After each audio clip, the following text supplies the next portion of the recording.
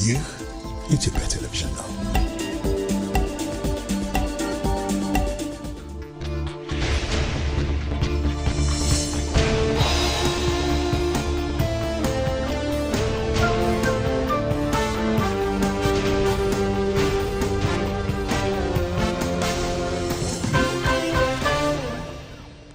ተናስተልን ሰላም እንደምን ቆያችሁ የተወደዳችሁ 12 ሰዓት ነው አሁን ከኢትዮጵያ ቴሌቪዥን ዋናው ስቱዲዮ በቀጥታ ስርጭት የሚተላለፍላችሁ የዛሬ አርብ ምሽት ቲቪ ዜና 57 አሁን ይጀምራል። አበይት ነጥቦቹን እነሆ። የፌዴሬሽን ምክር ቤት አፈ ጉባኤ ያገኘው ተሻገር በኢትዮጵያ የሀገረ መንግስት ግንባታን እውን ለማድረግ የህብረ ብሔራዊ ትርክትን ማጠናከር እንደሚገባ ተናገሩ።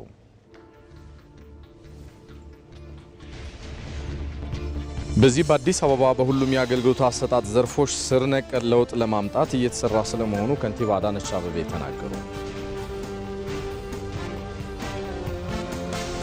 የሩሲያ ፕሬዝዳንት ቭላዲሚር ፑቲን ለህንድ የማያቋርጥ የነዳጅ አቅርቦት እንደሚኖር ይፋ አደረጉ የሚለውን ደግሞ ከውጭ ይዘናል።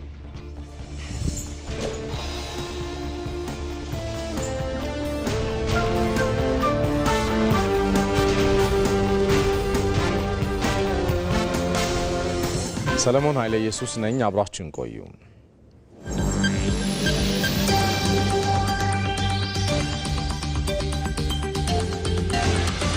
ኢትዮ መልህቅ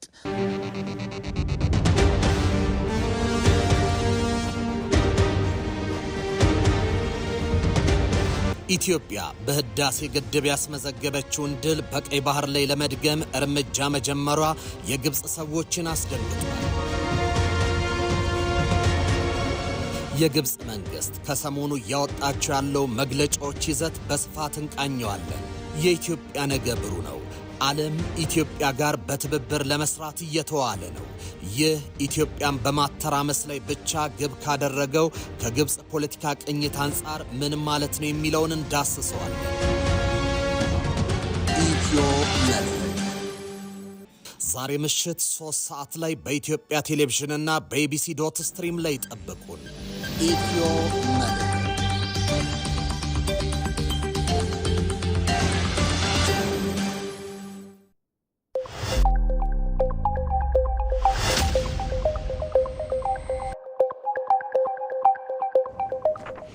ቀዳሚ ወደሆነ ዘገባ ልሻገር። የፌዴሬሽን ምክር ቤት አፈ ጉባኤ ያገኘው ተሻገር በኢትዮጵያ የሀገረ መንግስት ግንባታ እውን ለማድረግ የህብረ ብሔራዊ ትርክትን ማጠናከር እንደሚገባ ተናገሩ። ዘንድሮ የሚከበረው የብሔር ብሔረሰቦችና ህዝቦች ቀን ታዲያ ኢትዮጵያ በመደመር እሳቤ ብልጽግናዋን ለማረጋገጥ ዘርፈ ብዙ ስኬቶች የተመዘገበበት ስለመሆኑ ነው አፈ ጉባኤ ያገኘው ተሻገር ከኢትዮጵያ ቴሌቪዥን ጋር በነበራቸው ቆይታ የተናገሩት። ባልደረባችን ነጻነት ፍቅሩ ነው ያነጋገረቻቸው። የፌዴሬሽን ምክር ቤት ዋና አፈ ጉባኤ አቶ አገኘው ተሻገር ስለ ጊዜዎት አመሰግናለሁ። እኔም አመሰግናለሁ። ባለፉት 19 ዓመታት የኢትዮጵያ ብሔር ብሔረሰቦችና ህዝቦች ቀን በተለያዩ ዝግጅቶች ሲከበር ቆይቷል። ምን ውጤት አመጣ? የተለያዩ ኩነቶች በማካሄድ በሀገረ መንግስት ውስጥ ብሔራዊ መግባባት እንዲፈጠር ከምናደርግባቸው አንዱ መንገድ ይሄ ነው። ይሄ ኢትዮጵያ የብሔሮች ብሔረሰቦችና የህዝቦች ሀገር መሆኗን መግባባት ለመፍጠር አንዱ ማሳያ መንገድ ይሄ ነው። አንዱ ይሄ ነው። ሁለተኛ በዓሉን በተቻለ መጠን በተለያዩ ክልሎች እየተዘዋወረ ስለሚከበር በዓሉ በሚከበርባቸው ክልሎች አንደኛ የመሰረተ ልማት ግንባታ እንዲስፋፋ ተደርጓል። ለምሳሌ ዘንድሮ አሁን በዓሉን የምናከብረው በማዕከላዊ ኢትዮጵያ በሆሳና ነው። በማዕከላዊ ኢትዮጵያ በሚገኙ 7ቱ ክላስተሮች ትልልቅ የመሰረተ ልማት ስራ እየሰራ ነው። ከተሞች ላይ ስታዲየም እየሰራ ነው። የኮሪደር ልማት ጋር አስተሳስሮ የከተሞች መሰረተ ልማት እየተሰራ ነው ያለው። ሆቴሎች እየተገነቡ ነው ያሉት። በዓሉ በሚከበርበት አካባቢ ኢንቨስትመንት በተቻለ መጠን እየተስፋፋ የመጣበት ሁኔታ ነው ያለው። የዘንድሮ መሪ ቃል ዲሞክራሲያዊ መግባባት ለህብረ ብሔራዊ አንድነት የሚል ነውና የዚህ ቃል ሳቤ ምንድነው? እንግዲህ እዚህ ጋር መሪ ቃሉ ላይ ሸክሩ ዲሞክራሲ አለበት፣ መግባባት አለበት፣ ህብረ ብሔራዊ አንድነት አለበት። ህብረ ብሔራዊ አንድነት በሁሉም በዓሎቻችን ማዕከል ነው፣ ዋነኛ ፖይንት ነው፣ ማዕከላዊ ነጥብ ነው። ህብረ ብሔራዊ አንድነት ኢትዮጵያ የብዙ ማንነቶችና የህብር አገር ነች። ኢትዮጵያ የሆኑ ጥቂት ህዝቦች አገር አይደለችም። መጀመሪያ ይህን ማመን ነው። ይህን ደጋግሞ መግለጽ ነው። ይህን ደጋግሞ መናገር ነው። አንደኛው ይሄ በዓል የሚከበረው የህዝብ ብሔራዊ ምክክሩ በሚካሄድበት ዋዜማ ላይ ይሄ ብቻ አይደለም። በዚህ ዓመት ምርጫ እናካሂዳለን። 7ኛው ሀገራዊ ምርጫ የሚካሄድበት ዓመት ነው። ይሄ ዓመት የኢትዮጵያ ብሔር ብሔረሰቦች አሻራ የሆነው ታላቁ ህዳሴ ግድብ የተመረቀበት ዓመት ነው። በተመረቀ ማግስት የሚከበር በዓል ስለሆነ መሪ ቃሉ እነዚህን ሁሉ ያጠቃላል። የዘንድሮ በዓል በአጠቃላይ 2018 ለኢትዮጵያ የተለየ ዓመት ነው። ኢትዮጵያ በጣም በርካታ ለውጥ ያመጣችበት፣ ስለዚህ በመግባባት ደረጃ እንደ ሀገር ትልቅ አንድነታችንን ያሳየንበት፣ ወንድማማችነታችንና አብሮ መቆማችንን ያሳየንበት ስለሆነ የተለየ ያደርገዋል። በመደመር መንግስት የፖለቲካ የኢኮኖሚ እሳቤ ውስጥ የምትገኘው ኢትዮጵያ ቀጣይነቱ የተረጋገጠ ህብረ ብሔራዊ አንድነትን ባረጋገጠ መልኩ ጠንካራ ሀገረ መንግስት ለመገንባት ምን እያከናወነች ነው? በሀገረ መንግስት ግንባታ የዜጎች ተሳትፎ እጅግ በጣም ወሳኝ ነው። በተለይም ደግሞ የህብረ ብሔራዊነት ትርክት ግንባታ እጅግ በጣም ወሳኝ ነው። እኔ ብቻ በሚል አስተሳሰብ ኢትዮጵያ መገንባት አይቻልም። የሀገረ መንግስት ግንባታውም ሊሳካ አይችልም። በመሰረት ተቋማት የሚገነቡት ህብረ ብሔራዊ የኢትዮጵያን አንድነት ሲያረጋግጡ ነው። ህብረ ብሔራዊ አንድነታችን ያልተቀበሉ ተቋማት ግንባታ ትርጉም የለውም። ስለሆነም መንግስት የጸና ሀገረ መንግስት ግንባታ በኢትዮጵያ ብሔር ብሔረሰቦች እና ህዝቦች እኩልነት በህብረ ብሔራዊ አንድነታችን ላይ የተመሰረተ መሆን መቻል አለበት ማለት ነው። ስለዚህ የሀገረ መንግስት ግንባታችን መነሻውም መዳረሻውም ቅኝቱም ህብረ ብሔራዊነትና እኩልነት ነው የሚሆነው ማለት ነው። የፌዴሬሽን ምክር ቤት ዋና አፈ ጉባኤ አቶ አገኘሁ ተሻገር ስለ ጊዜው አመሰግናለሁ። እጅግ በጣም አመሰግናለሁ። ይህ በዚህ እንዳለ ሁለንተናዊ ብልጽግናን ለማድረግ ህብረ ብሔራዊ አንድነትን መገንባት እንደሚገባ ተገለጸ። የብሔር ብሔረሰቦችና ህዝቦች ቀን ህብረ ብሔራዊ አንድነትን የሚያጠናክርበት መድረክ ስለመሆኑም ይነገራል። ባልደረባችን ሙሉ ግርማይ በጉዳዩ ዙሪያ ተከታዩን ይዟል። በኢትዮጵያ የፖለቲካ ታሪክ የማንነት ጥያቄ ከ1960ዎቹ የኢትዮጵያ ተማሪዎች ንቅናቄ ጀምሮ በተደራጀ መልኩ የመታገያ መሳሪያ ሆኖ ሊወጣ ችሏል። ኢትዮጵያ ቀለመ ብዙ ሀገር መሆኗን የዘነጋው የቀደምት ሀገረ መንግስት ግንባታም ቅቡልነት ያለው የመንግስት ስርዓት ማንበር ተስኖት መቆየቱም ይገለጻል። ኢትዮጵያ የብዝሃ ቋንቋ፣ ብዝሃ ባህልና ብዝሃ ማንነት ሀገር ናት። ብዝሃነቱም ለኢትዮጵያውያን ውበትና ጥንካሬ ምንጭ መሆኑም በየዘመናቱ የታየ ሀቅ ነው።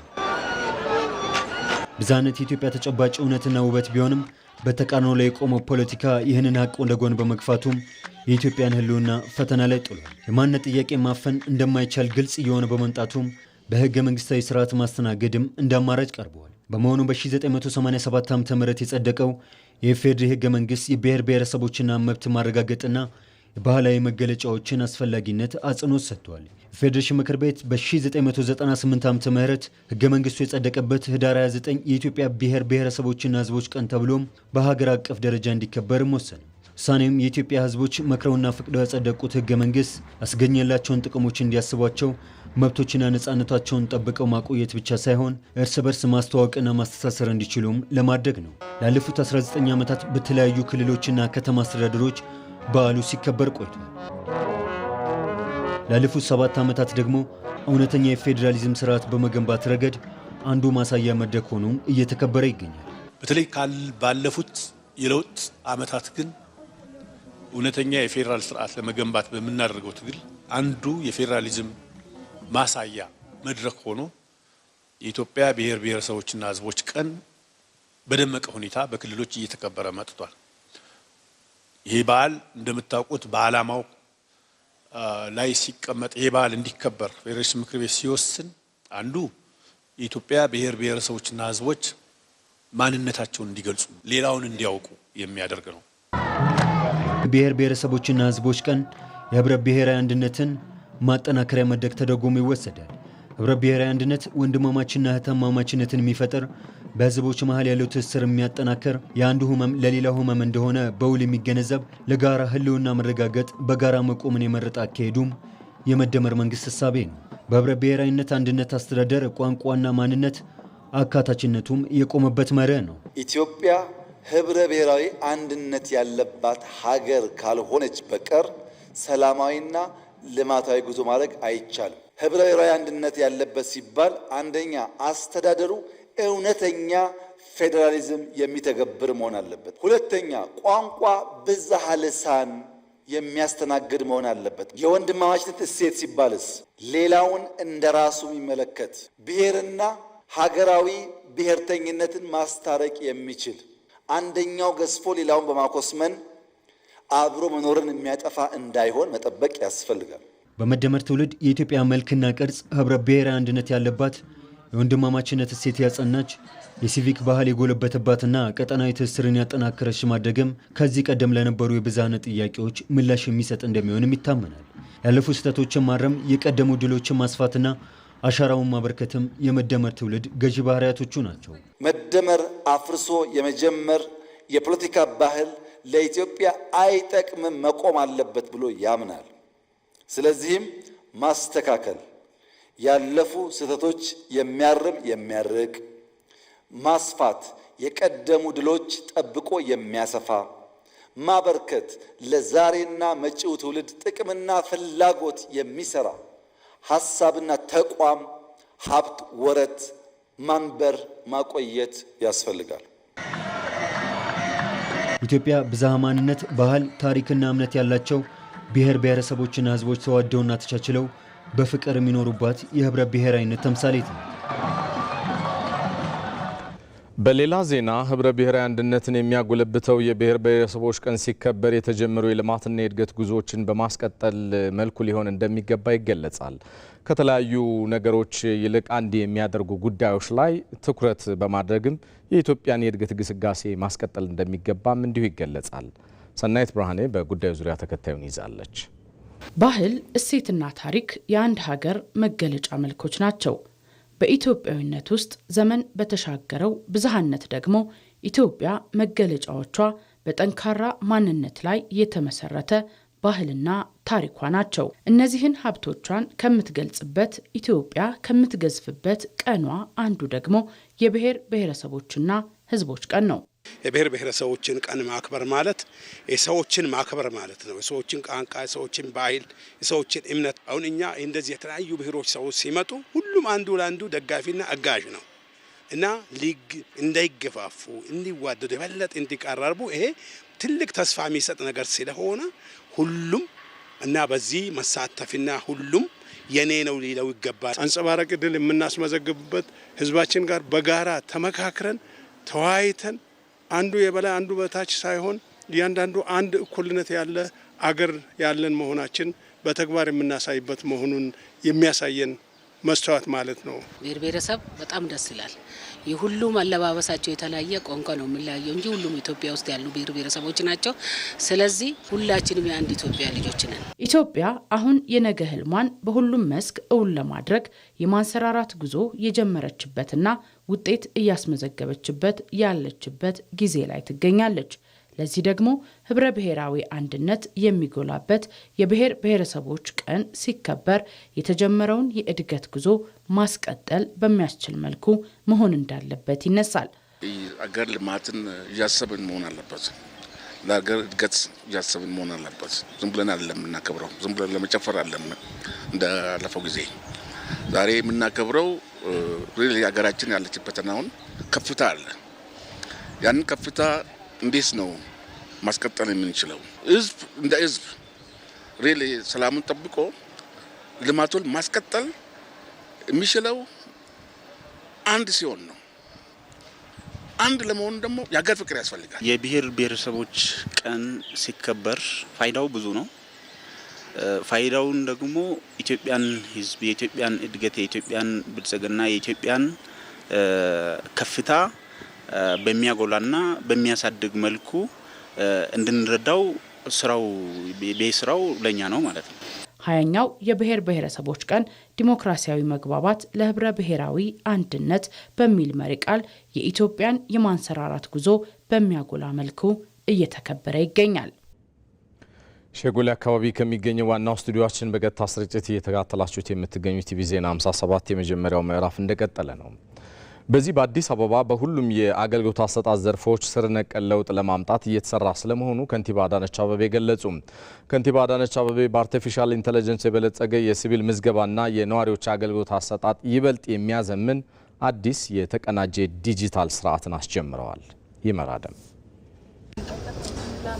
የሲቪል ምዝገባና የነዋሪዎች አገልግሎት ኤጀንሲ ለመዲናዋ አዲስ አበባ ነዋሪዎች ከ1935 ዓ.ም ጀምሮ አገልግሎት እየሰጠ ቢቆይም ዘመኑ የሚጠይቀውንና ፍላጎትን ከማርካት አንጻር ችግሮች ሲስተዋሉበት ቆይተዋል። ከቅርብ ጊዜ ወዲህ ደግሞ ከተማ አስተዳደሩ ለዘርፉ ትኩረት ሰጥቶ በመስራት ቀልጣፋና ተደራሽ አገልግሎት እንዲሰጥ በቴክኖሎጂ የታገዘ አሰራርን ተግባራዊ ወደ ማድረግ ገብቷል።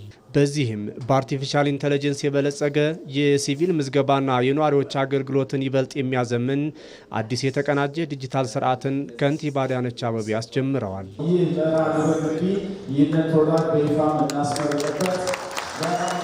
አዲሱ የተቀናጀ የዲጂታል ስርዓት ከተማዋ ላለፉት 14 ዓመታት ስትጠቀምበት የነበረውን ሂደት በመተካት የሲቪል ምዝገባና የነዋሪዎች አገልግሎትን ነዋሪው ባለበት ሆኖ እንዲያገኝ የሚያስችል የዲጂታል አገልግሎት መስጫ ስርዓት ነው።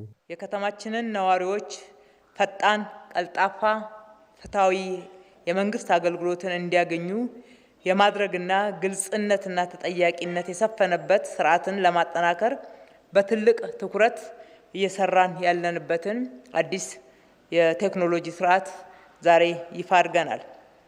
ይህም ተቋማትን በዘላቂነት ለመገንባት በዲጂታል ቴክኖሎጂ በመታገዝ ተገልጋዮች ለእንግልት እንዳይዳረጉ፣ ለብልሹ አሰራር እንዳይጋለጡ፣ ውጤታማና ፈጣን የመንግስት አገልግሎት እንዲያገኙ ልዩ ትኩረት ተደርጎ የተሰራ ስራ ውጤት ነው። አዲሱ የተቀናጀ ዲጂታል ስርዓት በጤና፣ በኢሚግሬሽን፣ በፍርድ ቤት፣ በብሔራዊ መታወቂያና በሌሎች ተቋማት መናበብን የሚፈጥር እንደሆነም ጠቅሰዋል። አዲስ አበባ የስማርት ሲቲ ከተማነት ለያዘችው ጉዞ አንዱ መንገድ መሆኑን የገለጹት ከንቲባ አዳነች አቤቤ የሲቪል ምዝገባ ስርዓቱን ወደ አዲስ ምዕራፍ የሚያስገባው እንደሆነ ተናግረዋል። አዲስ አበባ በአገልግሎትም ጭምር ልክ እንደ ፕሮጀክቶቿ ስር ነቀል ለውጥ ለማምጣት ቆርጣ ተነስታለች። ለማሳያም ሰሞኑን ብቻ የሚደረጉት የስራ እንቅስቃሴዎች እና የተገኙ ውጤቶችና ይፋ ተደርገው እንደ አዲስ የተጀመሩ ስራዎች ምስክሮች ናቸው። የሲቪል ምዝገባና የነዋሪዎች አገልግሎት ስራን እጅግ በጣም የሚያዘምን ለሌሎች ውሳኔዎቻችንም ደግሞ መሰረት የሚሆነንን አዲስ ቴክኖሎጂ ነው። በአርቲፊሻል ኢንተለጀንስ ዘርፍ ኢትዮጵያን ተጠቃሚ ለማድረግ ከተለያዩ ተቋማት ጋር አያሌ ስራዎች በመከናወን ላይ እንደሚገኙም ተጠቁሟል። ዛሬ ለምረቃ የበቃው የተቀናጀ የሲቪል ምዝገባና የነዋሪነት አገልግሎት የተገነባው ሲስተም ብቻ አይደለም። የተገነባው ብሔራዊ ሀብት ነው። የተገነባው እውቀት ነው። አርቲፊሻል ኢንተለጀንስ ቴክኖሎጂ ሙሉ በሙሉ ያካተተ ሲስተም ነው። ይህ ፕሮጀክት ማልማት ብቻ ሳይሆን ኃላፊዎችንና ሰራተኞችን አቅም ለመገንባት ተከታታይ ስልጠናዎች ተሰጥተዋል። ፕሮጀክቱ በውስጡ ብዙ ፍላጎቶችን ያካተተ በመሆኑ ብዙ ባጀትና ጊዜ የሚወስድ ቢሆንም በፕሮጀክት አመራር ብቃት ያላቸው ኃላፊዎችና ሰራተኞችን በመመደብ በአጠረ ጊዜና በቁጥብ ሀብት እንዲጠናቀቅ ተደርጓል። የተቀናጀ የዲጂታል ስርዓቱ ባለጉዳዩ ለብልሹ አሰራር እንዳይጋለጥና ያለመጉላላት የመንግስት አገልግሎትን በቀላሉ እንዲያገኝ የሚያደርግ መሆኑ ተመላክቷል። ከሰው ንክኪ የጸዳ በቀላሉ ከተቋማት ጋር ማስተሳሰርና ትክክለኛውን የመረጃ ምንጭ የሆነ ተቋም እንዲሆን የሚያስችል ተመሳስለው ከሚሰሩ ፎርጅድ ዶኩመንቶች በቀላሉ ስካን በማድረግ መለየት የሚቻል መሆኑ በሞባይል ላይ በቀላሉ ይዞ መንቀሳቀስ የሚያስችልና ፕሪንት አድርጎ ብቻ መያዝን ከሚያስገድድ አሰራር የወጣ መሆኑ እንዲሁም የተገልጋዩን እንግልት በመቀነስ ፈጣን ተደራሽ የሆነ አገልግሎት የሚሰጥ ከመሆኑ በተጨማሪ ከተማችን ለጀመረችው የዘመነ ከተሜነት የሚኖረው ድርሻ የላቀ እንደሚሆን እናምናለን። ከመጪው ሰኞ ጀምሮ በከተማዋ 50 ወረዳዎች ላይ አዲሱ የተቀናጀ የዲጂታል ስርዓት አገልግሎት የሚጀምር ሲሆን ለዚህም የስልጠናና የግብአት ሙሉ ዝግጅት ተደርጎ ተጠናቋል። በሌሎች ቀሪ ወረዳዎችም በፍጥነት እንዲቀጥል ይደረጋል ተብሏል። የስርዓተ ምህዳር አገልግሎት ክፍያ ረቂቅ አዋጅ የተፈጥሮ ሀብቶችን በአግባቡ ለማልማትና ለመጠበቅ አስተዋጽኦ የጎላ ስለመሆኑ ተጠቆመ። በሕዝብ ተወካዮች ምክር ቤት የውሃ መስኖ ቆላማ አካባቢና ልማት እንደዚሁም የፕላን በጀትና ፋይናንስ ጉዳዮች ቋሚ ኮሚቴ በጋራ የስነ ምህዳር አገልግሎት ክፍያ ረቂቅ አዋጅን ከባለድርሻ አካላት ጋር የውይይት መድረክ አዘጋጅተዋል። የፕላንና በጀት ፋይናንስ ጉዳዮች ቋሚ ኮሚቴ ሰብሳቢ ደሳለኝ ወዳጆ አዋጁ አካባቢን ለመንከባከብና ዘላቂነትን ለማረጋገጥ ያለው ፋይዳ ከፍ ያለ ስለመሆኑ ገልጸዋል። የውሃ መስኖ ቆላማ አካባቢና ልማት ጉዳዮች ቋሚ ኮሚቴ ምክትል ሰብሳቢ ዶክተር አወቀ አምብዛዬ አዋጁ ጠንካራና የሀገርንም ጥቅም የሚያሳድግ መሆኑን ገልጿል። በውይይቱም የአካባቢ ጥበቃ ባለስልጣን ዋና ዳይሬክተር ኢንጂነር ሌሊሴ ነሜ በበኩላቸው አዋጁ ሀገሪቱ አሁን የያዘችውን የአረንጓዴ ልማት ጉዞ እንደዚሁም የአካባቢ ጥበቃ ስራዎችን ትኩረት ሰጥቶ ለመስራት የሚያግዝ ስለመሆኑ ጠቁመዋል።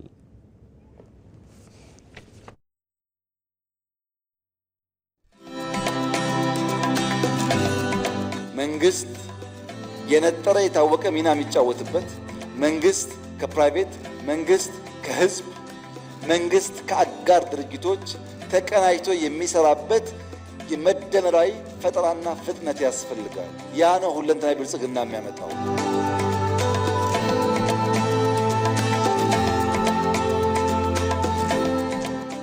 ፓብሊክ ፕራይቬት ፓርትነርሺፕ ኢትዮጵያ ውስጥ የገበታ ፕሮጀክቶች ጎርጎራ ወንጪ ምንም አጋንኛ አይደለም።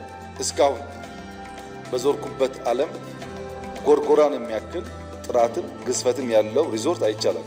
ለምሳሌ ባለፉት 3 ወራት 3 ወር ብቻ 10,000 የሳውዲ ሰዎች ወንጪ ጎብኝተዋል። 10,000 ሳውዲ ብቻ። ቦታ የለም፣ አልጋዋ ትንሽ ናት፣ ድንኳን እያሰሩ ማለት ነው። ቢበዛ አስቡት ምን እንደሚያመጣ። ወንጪ 10,000 ሳውዲ የሳበው የተሰራው ፓብሊክ ፕራይቬት ፓርትነርሺፕ ያዋጣል ማለት ነው። ይሄ ድርድር ለአረንጓዴ አሻራ 48 ቢሊዮን ዶላር ህዝብና መንግስት ባይተባበሩ ይቻል ነበር? ፕራይቬት ሴክተር ያደርገዋል? ይሄን መንግስት ብቻውን ያደርገዋል? አንችልም። መንግስትና ህዝብ ለጋራ ዓላማ አብረው ሲቆሙ አሳቡ። ዜናዎቻችን እንደቀጠሉ ናቸው። የተወደዳችሁ የተሟላ የማክሮ ኢኮኖሚ ማሻሻያውን የበለጠ ውጤታማ ለማድረግ ከዓለም አቀፉ የገንዘብ ተቋምና ሌሎች አጋር አካላት ጋር በትብብር እየተሰራ እንደሚገኝ የገንዘብ ሚኒስትሩ አህመድ ሺዴ ተናገሩ። ሚኒስትሩ ከዓለም አቀፉ የገንዘብ ተቋም IMF ምክትል ማኔጂንግ ዳይሬክተር ናይጅል ክላርክ ጋር ተወያይተዋል። ኢትዮጵያ ተግባራዊ ያደረገችው የማክሮ ኢኮኖሚ ማሻሻያ የግብርናውን ዘርፍ ጨምሮ የባንክና የፋይናንስ ዘርፎች ውጤታማ እድገት እንዲያመጡ ስለማስቻሉ የገንዘብ ሚኒስትሩ አህመድ ሺዴ ተናግረዋል። በዚህም እንደ IMF ካሉ አጋር አካላት ጋር ትብብርን አጠናክሮ መስራት እንደሚገባም አንስተዋል። ሚኒስትሩ ከፍተኛ የIMF የስራ ኃላፊ በኢትዮጵያ ጉብኝት ሲያደርጉ ሁለተኛው ነው። የተቋሙ ሊቀመንበር በዚሁ አመት በፈረንጆቹ አመት ውስጥ ጉብኝት አድርገው ነበረ። ይሄ ጉብኝት የሚያሳየው የዓለም አቀፉ የገንዘብ ድርጅት እና በኢትዮጵያ መካከል ያለው የልማት ትብብር በኢኮኖሚክ ሪፎርም ትብብር በከፍተኛ ደረጃ እያደገ የመጣ መሆኑን የሚያሳይ ነው። በተለይ ደግሞ ኢትዮጵያ እያካሄደች ያለችው ሁሉን አቀፍ የተሟላ የማክሮ ኢኮኖሚ ማሻሻያ እጅግ በጣም ውጤታማ በሆነ መልኩ የተተገበረና በዚህም ኢትዮጵያ ከዓለም አቀፍ የገንዘብ ድርጅት እንዲሁም ከዓለም ባንክም እንዲሁም ከአበዳሪ ሀገሮች ጋር የተሳካ ትብብር እያደረገች ነው የምትገኘው።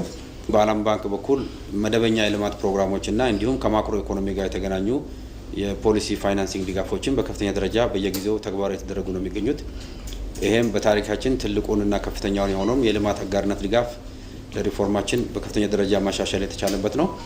በኢትዮጵያ የስራ ጉብኝት እያደረጉ የሚገኙት የዓለም አቀፉ የገንዘብ ተቋም ምክትል ማኔጂንግ ዳይሬክተር ናይጅል ክላርክ ጉብኝቱ የኢትዮጵያ ኢኮኖሚ ለውጥ በአካል ተገኝቼ መመልከት እንድችል እድል ሰጥቶኛል ሲሉ ገልጸዋል። ኢትዮጵያ እየተገበረች የምትገኘው የተሟላም የማክሮ ኢኮኖሚ ማሻሻያ ታዲያ በዋና ዋና መስኮች ውስጥ ውጤት እያመጣ ስለመምጣቱም አብራርተዋል። The occasion has allowed me to see firsthand ጉብኝቴ በኢትዮጵያ ያለውን ታሪካዊ የተሟላ የማክሮ ኢኮኖሚ ማሻሻያ ውጤቶችን በአይኔ እንድመለከት እድል ሰጥቶኛል። የማሻሻያው መሰረታዊ ዓላማ የኢትዮጵያን ኢኮኖሚ ዘላቂ እድገት ወደሚያስመዘግብበት ደረጃ እንዲደርስና ህዝቦቿ ተጠቃሚ እንዲሆኑ ማድረግ ነው። በአጭር ጊዜ ርቀት ውስጥ በዋና ዋና የማክሮ ኢኮኖሚ አመልካቾች አስደናቂ ለውጥ እየመጣ እንደሆነ መመልከት ችለናል። የውጭ ምንዛሬ ክምችት የሚደነቅ ጭማሪን አሳይቷል። 30 በመቶ የነበረው የዋጋ ግሽበት በህዳር ወር 10.9 በመቶ ወርዷል። የውጭ ንግድ ገቢም ከፍተኛ ጭማሪን አሳይቷል። እነዚህ ለውጦች የማክሮ ኢኮኖሚውን ውጤታማነት ማሳያ ናቸው። These are all incredibly important achievements of the economic reform program. ሐሳብ አልቦን ገርቶ ለብልጽግና ተሰናስሎ የሚሰራው መንግስት ቀመር ፍሪሊዮን ነው። በነፃ መከፈል ነው። በነፃ መስጠት ነው። ከትናንትና መቆንጠር ሳይሆን ለነገ ማበደር ነው። ከትናንትና በመቆንጠር የሚሰራ ነገ የለም። ለነገ በማበደርና ወረት በማቆየት የሚሰራ የበለጸገ የሚሸጋገር ሀገርና ትውልድ ይፈጠራል።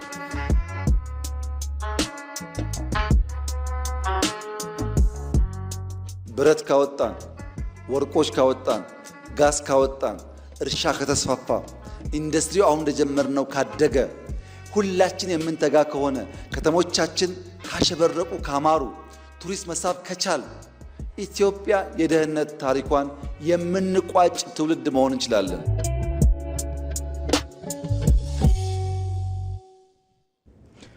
ተመልሰናል። ከኢቲቪ ዜና 57 ጋር ናችሁ። ቀሪ ጉዳዮቻችንም እንደቀጠሉ ናቸው። በአማራ ክልል መንግስትና በአማራ ፋኖ ህዝባዊ ድርጅት መካከል የተፈረመው የሰላም ስምምነት ለክልሉ ህዝብ ፎይታ የሚያመጣ ነው ሲሉ የባህር ዳር ከተማ ነዋሪዎች ተናገሩ። በአማራ ክልል መንግስትና በአማራ ፋኖ ህዝባዊ ድርጅት መካከል በትናንትናው ዕለት የተፈረመው የሰላም ስምምነትን ተከትሎ የባህር ዳር ከተማ ነዋሪዎች ለኢቲቪ በሰጡት አስተያየትም የሰላም ስምምነቱ አዲስ ብስራት እንደሆነላቸውና በክልሉ ህዝብ ይደርስ የነበረውን ዘርፈ ብዙ ችግር የሚቀርፍ ስለመሆኑ ተናግሯል። አስተያየት ሰጪዎቹ ሳሙኤል ወርቃየው ባልደረባችን በስፍራው የሚገኙ ነዋሪዎችን አስተያየት አሰባስቦ ልኮልናል። ተከታተሉትና እንገናኛለን። በጣም እውነት አልመሰለኝም። እኔ እውነት ትላንትና ስምምነቱ ስሰማው በጣም ውስጤ እንጃ የሆነ በረከት ነው በቃ የተሰማኝና አሁንም በቃ በዚህ ወንድሞቻችን በየቦታው ያሉት በእንደዚሁ ቢመጡልን ደስ ይለኛል። በቃ በጣም ነው የተደሰትኩት። እኔ አሁን ይሄ የተጀመረው ሰላም ለኛ ደስታችን ነው። ለኢትዮጵያ ህዝብ ደስታ ነው። ለቤተ ክርስቲያን ደስታ ነው። ለሁሉም ደስታ ነው። እኛ የምንፈልገው አሁን ህዝቡም የኢትዮጵያ ህዝብ የሚፈልገው ሰላም ነው። ሌላ ነገር አይፈልግም። በጣም ደስ ብሎኛል። ምክንያቱም ብዙ ነገሮችን አተናል። ብዙ ዋጋ ተከፍሏል። በርካታ ህፃናት ሳይማሩ ከትምህርት ገበታቸው ወደ ኋላ ቀርተዋል። በርካታ አዛውንቶች ካለ ጧሪ ካለ ቀባሪ ቀርተዋል። ህፃናት ካላሳዳጊ ቀርተዋልና ያን ነገር ደግሞ ማየት በጣም ያም ነበር። ስለዚህ ትናንትና ስምምነት መደረጉ መደማመጥ መቻሉ መነጋገር መቻሉ በጣም ደስ ብሎኛል። በጣም ተስማሙ ማለት ያለው ለምሳሌ ፋኖ በሚለው ጎንም ወይም ደግሞ በመንግስት አካባቢ መሀሉን ይሄን ግጭት ተጠቅሞ መሀል ላይ ተዋናኝ የሆነ ሌባ አለ። ያ ሌባ ሁለቱ ተስማሙ ማለት ይቆማል፣ ሰውም ከዚህ እርፊያ ይድናል የሚል እምነት አለኝ። ምክንያቱም ሰው ተንቀሳቅሶ ይሰራል። ሁለተኛ ደግሞ ፋኖም ጥያቄ አለን ብለው ስለሚያነሱ ጥያቄያቸውም እነሱም በግልጽ ካቀረቡ ሌሎችም ደግሞ በዚህ ልክ እየተሳሰቡ የሚሰሩ ከሆነ አንደኛ ህዝቡም ከመሬት ይድናል። ደስ የሚል ጥሩ ነው የሚለው። የሚያምርብንም ሰላም አንድ ስንሆን ነው። በሰላም አንድ መሆን ጉልበት አለንን። በቃ የውጭ ጠላትንም ለማጥቃትኛ አንድ ስንሆን ነው ሰላሙ። ወንድሞቻችን ወገኖቻችን በቃ እንደዚሁ በቃ በዚሁ ሀሳብ በዚሁ ሂደት ላይ ተመካክረው እንዲመጡ ነው ማስተላለፈው። አሁን ትናንትና ያየሁት እኔ ስምምነት ላይ መድረስ የተቻለው መደማመጥ ስለተቻለ ነው። መደማመጥ፣ መነጋገር፣ መግባባት ስለተቻለ ነው። ስለዚህ የሚያምርብን እንደዚህ ሲሆን ነው። ስንስማማ፣ ስንነጋገር፣ ስንደማመጥ ነው የሚያምርብንና ነገንም ማየት የምንችለው መነጋገር፣ መደማመጥ ስንችል ነው። ስለዚህ ለሰላም የምትመክሩ የምትዘክሩ የመንግስት አካላትም የሃይማኖት አባቶችም ሽማግሌዎችም በርቱልን፣ ጠንክሩልን። ዛሬ ጅምራችሁ ያምራል፣ ፍጻሜያችሁ ደግሞ የበለጠ እንዲያምር በርት በማሰብ ወገንን በማሰብ ቤተሰብን በማሰብ እናትን በማሰብ ህጻናትን በማሰብ አሁንም የሰላም ምክክራቸው ይቀጥል ባይ ነው። ከመንግስት ጎን ደግሞ ሁሉም የሃይማኖት የኛ የኢትዮጵያ ኦርቶዶክስ ቤተክርስቲያን ብቻ ሳትሆን ሌሎችም ሃይማኖቶች እስልምናው አለ፣ ካቶሊኩም፣ ሌሎችም ወንድሞቻችን ፕሮቴስታንት ብዙ ሃይማኖቶች አሉና እነሱም ቢሆን ሁላችንም ከነሱ ጋር ሆነን የድርሻችን እንወጣለን የሚል ነገር ነው ያለን። የኢትዮጵያ ብሮድካስቲንግ ኮርፖሬሽን በአፍሪካ ሚዲያ ሽልማት እውቅና ማግኘቱ ለአፍሪካዊነት ንቅናቄ ላበረከተው አስተዋጽኦ እውቅና የሰጠ ስለመሆኑ ተገለጸ። ለመጀመሪያ ጊዜ በተካሄደው የአፍሪካ ሚዲያ ሽልማት ኢቢሲና የኢቢሲ ጋዜጠኛ መታሰቢያ ደረጀ በተወዳደሩበት ምድብ አሸናፊ ሆነዋል። ባዩ ሙላት የአፍሪካ የነጻነት ቀንዲልና የፓን አፍሪካኒዝም እምብርት የሆነችው ኢትዮጵያ ስለ አፍሪካ አንድነት እድገትና ተስፋ የሚነግሩ ምርጥ ዘገባዎችን የሰሩ ጋዜጠኞች የተሸለሙበትን የመጀመሪያውን የአፍሪካ ሚዲያ ሽልማትን አስተናግዳለች። ትልቁ የአፍሪካ ሚዲያ ሽልማት ከ40 ሀገራት የተውጣጡ ከ800 በላይ የሚዲያ ባለሙያዎችን በ11 ዘርፎች አወዳድሮ ትናንት በአዲስ አበባ በሸለመበት መድረክ የኢትዮጵያ ብሮድካስቲንግ ኮርፖሬሽን ጋዜጠኛ መታሰቢያ ደረጀ በልዩ ምድብ ሽልማት አሸናፊ ሆናለች። A special category award. The winner is Metasebia Dereje Abate and Binyam Erojima, CEO of Ethiopian Broadcasting Corporation. Nations against the forces of much stronger colonial powers, a narrative of undefeatable colonizers. A history must be valued and cherished, and thus this report does a great job at preserving the legacy. ጋዜጠኛ መታሰቢያ ደረጀ ኢትዮጵያ ለፓን አፍሪካኒዝም እድገት ያበረከተችውን አስተዋጽኦ የተመለከተ ዘገባዋ ለአሸናፊነት እንዳበቃት ገልጻለች። እኔ የተወዳደርኩበት ካቴጎሪ ወይም ደግሞ ዘርፍ ስፔሻል ካቴጎሪ የሚባለው በዋናነት እኔ የሰራሁት የበርሊን ኮንፈረንስ ታሪካዊ አጋጣሚን በማንሳት ኢትዮጵያ ያን የቅኝ ግዛት አሰራርን ወይም ደግሞ አስተሳሰብን ምን ያህል ሰብራለች የሚለውን አሳየቼ አድዋ ትላንት ብቻ አይደለም ነገር ግን ዛሬም በትልልቅ ፕሮጀክት ታላቁ የኢትዮጵያ ህዳሴ ግድብ አንዱ ማሳያ ነውና ያንን በማካተት የተሰራ ዘገባ ነበር። አሸንፏል ማለት ነው። በመድረኩ በቅኝ ግዛት ዘመን ለድምጽ አልባ አፍሪካውያን ድምጽ የሆነው አሁንም የአፍሪካዊነት ንቅናቄን ከፍ ለማድረግ እየተጋ ያለው ኢቢሲ ሽልማት ተበርክቶለታል። ሽልማቱ ለእስካሁኑ አበርክቶው እውቅና የሰጠ ለላቀ ስራ ተነሳሽነትን የሚፈጥር መሆኑን የኢቢሲ የዜናና ወቅታዊ ጉዳዮች ተጠባባቂ ምክትል ዋና ስራ አስፈጻሚ ሰይድ ሞሄ ተናግረዋል። በቀደምት አፍሪካውያን የነጻነት ትግል ሲያደርጉ በነበረበት ወቅት የፓን አፍሪካኒዝምን በማቀንቀን ብዙዎቹ የአፍሪካ ሀገራት የነጻነት ተጋድሎ ሂደት ውስጥ የድል ዜናዎችን በማብሰር ጭምር የተሳተፈ በተለያዩ ቋንቋዎች ለአፍሪካን ተደራሽ የነበረ የሚዲያ ተቋም ነው። የቆየ ለአፍሪካ ያበረከተውን አስተዋጽኦ እውቅና መስጠት ነው። ሁለትም እንደገና አሁን በሀገራችን ካሉ ግንባር ቀደም የህዝብ ሚዲያ ነው። ስለዚህ በዛ መንገድ እየሰራ ያለውን ስራ የበለጠ አጠናክሮ እንዲቀጥል እድል የሚሰጠው ነው።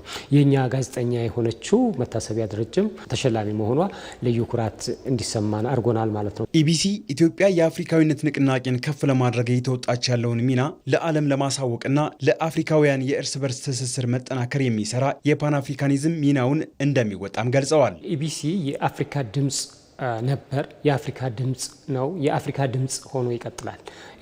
ያልተነኩ የአፍሪካ ሀብቶችን በመግለጥ ግንባር ቀደም ሚና መውሰድ አለበት፣ የአፍሪካ ድምጽ መሆን አለበት በሚል ክቡር ጠቅላይ ሚኒስትራችንም ካሁን በፊት ያስቀመጡትን አቅጣጫ እሱን ለመተግበርም እየሰራ የሚገኝ የሚዲያ ተቋም ነው። አፍሪካውያን እርስ በርሳቸው እንዲተዋወቁ፣ በኢኮኖሚ እርስ በርሳቸው እንዲተሳሰሩ በማድረግ የአፍሪካን ገጽታ በመገንባት በአፍሪካ ላይ ሊሰሩ የሚገባቸውን ጉዳዮች በማጉላት በዛ ሂደት ውስጥ ኢቢሲ የሚጫወተው ሚና በጣም ትልቅ ነው ብለን እናስባለን። በዛ አግባብም ነው ትላልቅ የሪፎርም ስራዎችም እየተሰሩ ያሉትና ነገ የምናስባትን ኢትዮጵያን ነገ የምናስባትን አፍሪካን የተሻለ በማድረግ ሂደት ውስጥ የኢቢሲ ሚና በስፋት ጎልቶ እየወጣ ይሄዳል ብዬ ተስፋ አደርጋለሁ። በዛም አግባብ ነው እየተሰራ ያለው።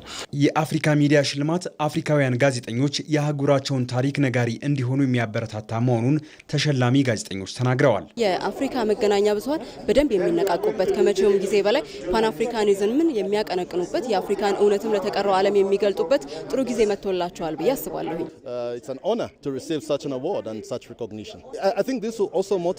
እንደዚህ ያለ ትልቅ ሽልማትና እውቅና መቀበል ትልቅ ክብር ነው። የአፍሪካ ጋዜጠኞችና መገናኛ ብዙኃንን የተሻለ እንድንሰራ ያበረታታል። የአፍሪካውያን ታሪክ በአፍሪካውያን እንዲነገር ትልቅ ተነሳሽነት የሚፈጥር ነው።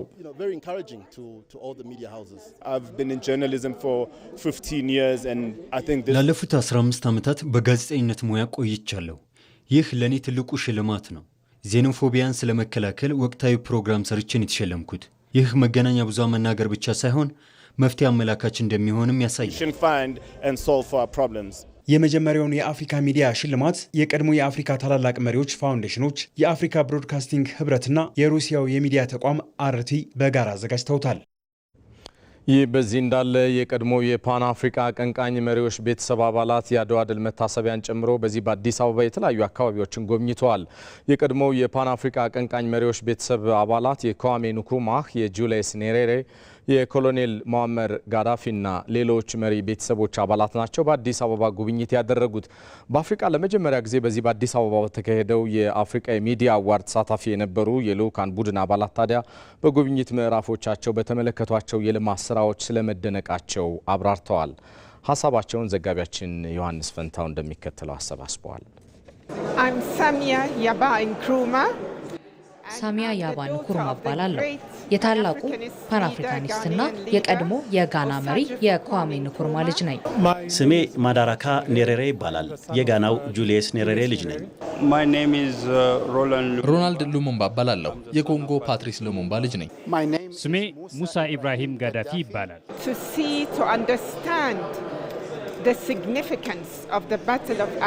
የአድዋ ድልን ጠቀሜታዎች መረዳት መቻል ለአፍሪካውያን እጅግ አስፈላጊ ነው። ይህ ድል ከቀኝ ገዢዎች የተቃጣን ጥቃት የመመከት ምልክት ነው። እንዲሁም የቀኝ ግዛት እሳቤን ማሸነፍ የቻለ የድል ምልክት ነው። በዚህ ወቅት መላው ኢትዮጵያውያን በጋራ በመሆን ያስመዘገቡት ድል እንደመሆኑም የአንድነት ምልክት ነው። እጅግ በጣም ተደነቅ ያለው ኢትዮጵያ ከጣሊያን ጋር መዋጋቷን መረጃ አለኝ። በዛሬው ጉብኝቴ ግን በአድዋ ጦርነት ጊዜ ስለተፈጠረው ክስተቶች የተብራራ መረጃ አግኝቻለሁ። ይህም ለማንኛውም ፓን አፍሪካ ሐሳብ ላለው ሰው ሁሉም እጅግ አስደናቂ መነሳሳትን የሚፈጥር ነው።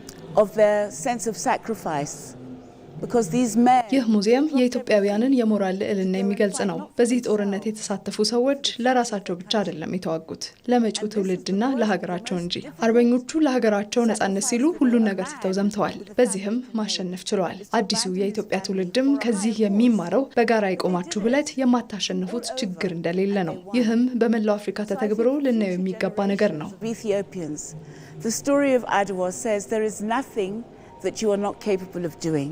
Ethiopia presents unity, freedom. ኢትዮጵያ ሁልጊዜም አንድነትን፣ ነጻነትን፣ ለፍትህ መታገልን የምታሳይ ሀገር ናት። ወደዚህ ስንመጣ ራሳችንን በእነዚህ ነገሮች እናነሳሳለን።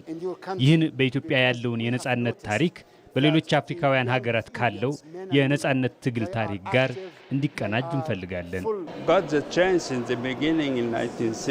አዲስ አበባ የአፍሪካ ህብረት መቀመጫ ከተማ ናት። በልዩ ልዩ ዘመናት የተነሱ የኢትዮጵያ መሪዎች ይህ ተጠብቆ እንዲቆይ ሰርተዋል። አሁን ግን አዲስ አበባ የአፍሪካ መዲና መሆን ችላለች። አሁንም የኢትዮጵያ መንግስት ለአፍሪካ አንድነትና ሰላም የሚሰራውን ስራ አጠናክሮ መቀጠል አለበት እላለሁ። እንቀጥላለን። በአማራ ክልል መንግስትና በአማራ ፋኖ ህዝባዊ ድርጅት መካከል የተደረሰው ስምምነት የሰላም መንገድ ሁሉንም አሸናፊ እንደሚያደርግ ያሳወቀ ስለመሆኑ የሰላም ሚኒስቴር አስታወቀ። መንግስት ለገጠመው ችግር ውይይትና ንግግርን ብቸኛ አማራጭ መንገድ በማድረግ በቁርጠኝነት ሲሰራ ስለመቆየቱ አሳይቷል ብለዋል። በማህበራዊ ትስስር ገጹ ባወጣው መግለጫው ቀድሞ የኃይል አማራጭን ተጠቅመው ሲንቀሳቀሱ የነበሩ ኃይሎች ይህንን የሰላም አማራጭ በመምረጥ ወደ ሰላማዊ መንገድ ሲመጡ መንግስት ከግማሽ ርቀት በላይ በመሄድ ቁርጠኝነቱን ማሳየቱን ገልጿል። መግለጫው ይህ መንገድ ታዲያ በኢትዮጵያ የሰላም የፍትህና የጋራ ተጠቃሚነትን የሚያረጋግጥ ስርዓትን ለመገንባት የሚያስችል ብቸኛው አማራጭ ስለመሆኑ መንግስት ያምናል ብሏል መግለጫው። በዚህ አጠቃላይ መነሻ በአማራ ክልል ቀድሞ የኃይል አማራጭን ተጠቅመው ሲንቀሳቀሱ የነበሩ አካላት የኃይል አማራጭ ለህዝብ ሰላምና ለሀገሪቱ ብሔራዊ ጥቅምና ደህንነት ፋይዳ እንደሌለው በማመን ወደ ሰላማዊ መንገድ በመምጣት ድፍረት ያለው ውሳኔ ወስነዋል ብለዋል መግለጫው። ይህ የሰላም አማራጭ ሁሉንም አሸናፊ ስለሚያደርግ የሰላም ሚኒስቴር ለአማራ ብሔራዊ ክልላዊ መንግስትና ለአማራ ፋኖ ህዝባዊ ድርጅት ለወሰዱት ቆራጥ እርምጃ ያለውን አድናቆት ገልጿል። በሌላ በኩል አሁንም ቢሆን የትኛውም ጥያቄ ያለው አካል ለጥያቄው መልስ ለማግኘት ብቸኛው መፍትሄ ሁሉንም አሸናፊ የሚያደርገውን መነጋገርና መወያየትን መሰረት ያደረገ የሰላም መንገድ መሆኑን በማመን ኋላ ቀር የሆነውን የኃይል አማራጭ በመጠቀም የሚንቀሳቀሱ አካላት ተመሳሳይ የሰላም መንገድን እንዲመርጡ የሰላም ሚኒስቴር በማህበራዊ ትስስር ገጹ ባወጣው መግለጫ ጥሪውን አስተላልፈዋል።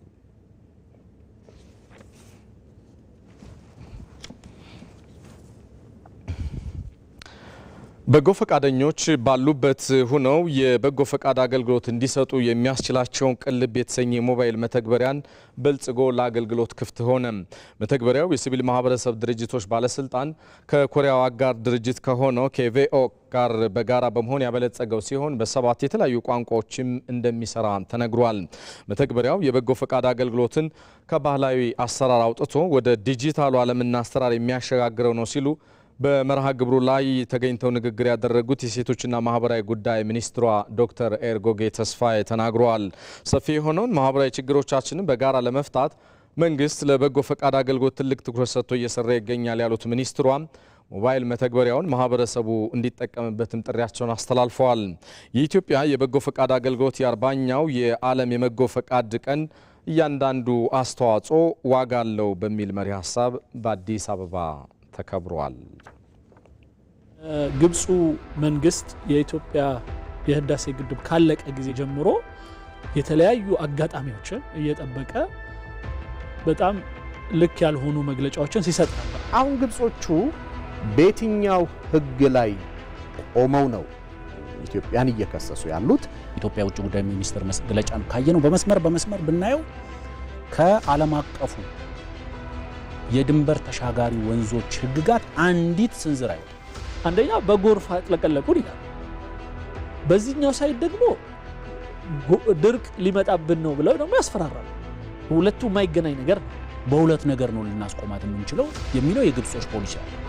አንደኛው ኢትዮጵያ በምንም አይነት መልኩ የባህር በር እንዳይኖራት ማለት በምንም አይነት መልኩ የባህር ጉዳይ የሞት ሽረት ጉዳይ መሆኑን ያውቃሉ። ለዛም ነው መጀመሪያ ራሱ የባህር ጉዳይ የባህርን በር እንድታጣ የሰሩት። በደንብ ሰርተውበትም ተሳክቶላቸዋል። ይህንን ሰርተው በስንት ልፋት ያገኙትን ውጤት በቀላሉ ኢትዮጵያ እንድታልፈውና የባህር ባለቤት እንድትሆን አይፈልጉም። የሀገር ጉዳይ ዛሬ ምሽት 3 ሰዓት ከሩብ በኢትዮጵያ ቴሌቪዥን። ይህ ዜና በቀጥታ እየተላለፈላችሁ የሚገኘው ከኢቢሲ ዋናው ስቱዲዮ ነው። ከውጭ የመረጥነውን ጉዳይ እናገራችሁ። የሩሲያ ፕሬዝዳንት ቭላዲሚር ፑቲን ለህንድ የማያቋርጥ የነዳጅ አቅርቦት እንደሚኖር ይፋ አደረጉም። በህንድ ጉብኝት እያደረጉት ያሉት የሩሲያ ፕሬዝዳንት ቭላዲሚር ፑቲን ህንድ ከሩሲያ ዘላቂ የነዳጅ አቅርቦት እንደምታገኝ ማብራሪያ ሰጥተዋል። ፕሬዝዳንቱ ይህንን ያሉት አሜሪካ ህንድን ጨምሮ ከሩሲያ ነዳጅ በሚገዙ ሀገራት ላይ ከፍ ያለ ማዕቀብ ለመጣል መዛቷን ተከትሎ ነው። በህንድ ጠቅላይ ሚኒስትር ናረንድራ ሞዲ ጋር የተወያዩት ፑቲን ሩሲያ ለህንድ ታማኝ አጋር ናት ሲሉ ገልጸዋል። ህንድና ሩሲያም የጦር መሳሪያ አቅርቦትና ግዢ እንደዚሁም የቴክኖሎጂ ልውውጦች ላይ ከፍ ያለ ስምምነት ስለማድረጋቸው ነው በዚሁ ጉብኝት የተጠቀሰው። የህንዱ ጠቅላይ ሚኒስትር ናረንድራ ሞዲም ሩሲያ በማይናወጥ ወዳጅነት ከሀገራቸው ጎን መቆሟን በማድነቅ የኃይል አቅርቦት ደህንነትን ማረጋገጥ የሁለቱ ሀገራት ወዳጅነት መሰረቶች ናቸው ማለታቸውን የዘገቡት አልጀዚራና ቢቢሲ ናቸው። የተወደዳችሁ ለመጀመሪያው ምዕራፍ ያልናቸው ዘገባዎቻችን እነኚህ ናቸው። ምሽት 1 ሰዓት ላይ ከተመራረጡ የቢዝነስና የስፖርት ዘገባዎች ሌሎች ተጨማሪ ዜናዎች ይጠብቋችኋል። እኔ ሰለሞን ኃይለ ኢየሱስ ነኝ።